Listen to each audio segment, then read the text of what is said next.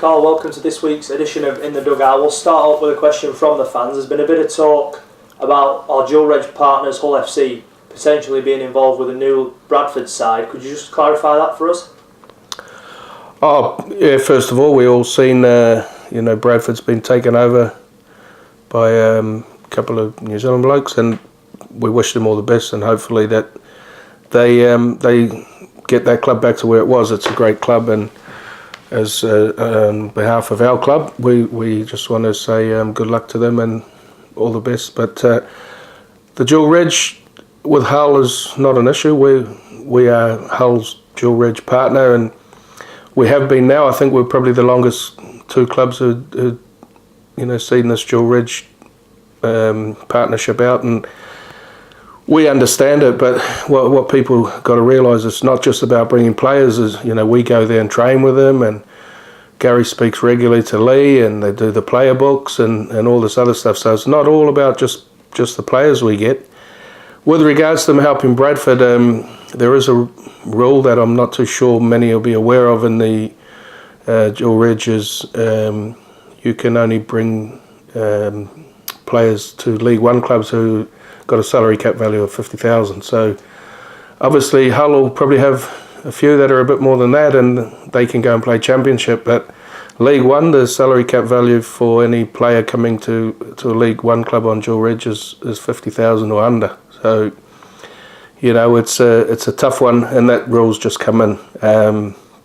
So we understand that, and it's trying to develop the players, and not wanting your superstars to come into League One. So they need to find another outlet for players on 50-plus contracts to play. And Radders has been and played for Bradford before, so I'm pretty sure he'd like to try and help them as much as he can. And we get that. So that hopefully that's tidied that up, and that's some information that probably the fans don't know about. But I'd like to think our dual reg is a lot more than just bringing players there.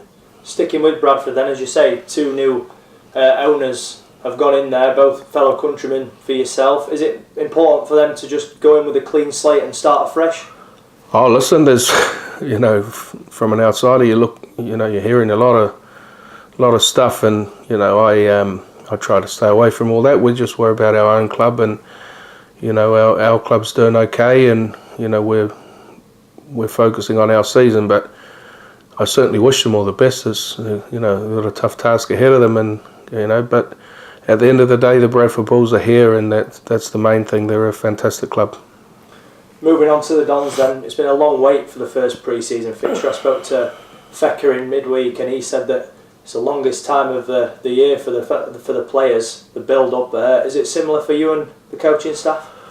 Oh, listen, it's a busy time for myself and Gary. In the season is probably the easy part for us, but in the off season is real busy time for us, and it's a long off season for these boys when you think about it. If we didn't get these friendlies sorted out, and I think we finished about September, and the actual league season don't start till March. It's a long big chunk out, just training, and they want to play. So, they're all looking forward to the games coming up, and like I said last week, I'm certainly looking forward to seeing a few of them in action and see who puts their hand up for the end of the season, start of the season.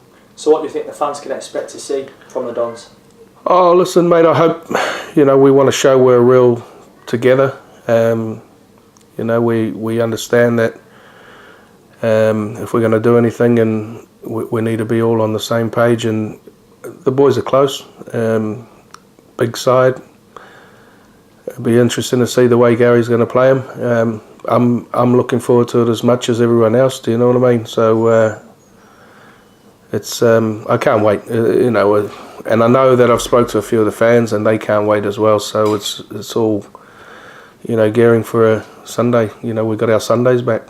Down at the training ground in midweek, and you could see Reece Lovegrove really working the boys hard. Do you feel that's another added bonus that we've got going into the new season? Yeah. I've said what I've said about Reece, and like I say, another reason to get down on Sunday and have a look to see, see how the boys fare in the fitness, and certainly they will be blowing, no doubt about that. You can train all you want, but there's a total different match fitness to training. So looking forward to it. Be great. Moving on to our first opponents of pre-season, then Sheffield Eagles. They've gone through their own adversity, if you like, with off-field problems. They seem to be getting themselves back in shape this last couple of weeks in terms of new contracts being signed. What do you feel they can offer against the Dons on Sunday? Oh, listen, they'll be favourites. They're the championship club, and don't let them kid you. Those players that they're announcing, I think they've been training all together for probably as long as us now. Everyone knew the problems Sheffield were having, and we all wanted them to pull through the other side. And it was some dark times for them, and it was tough. And I spoke to Tubbs quite a few times in there, and some days he was up, some days he was down, and we just wanted to sort of let them know we were there for them, because it's not nice. And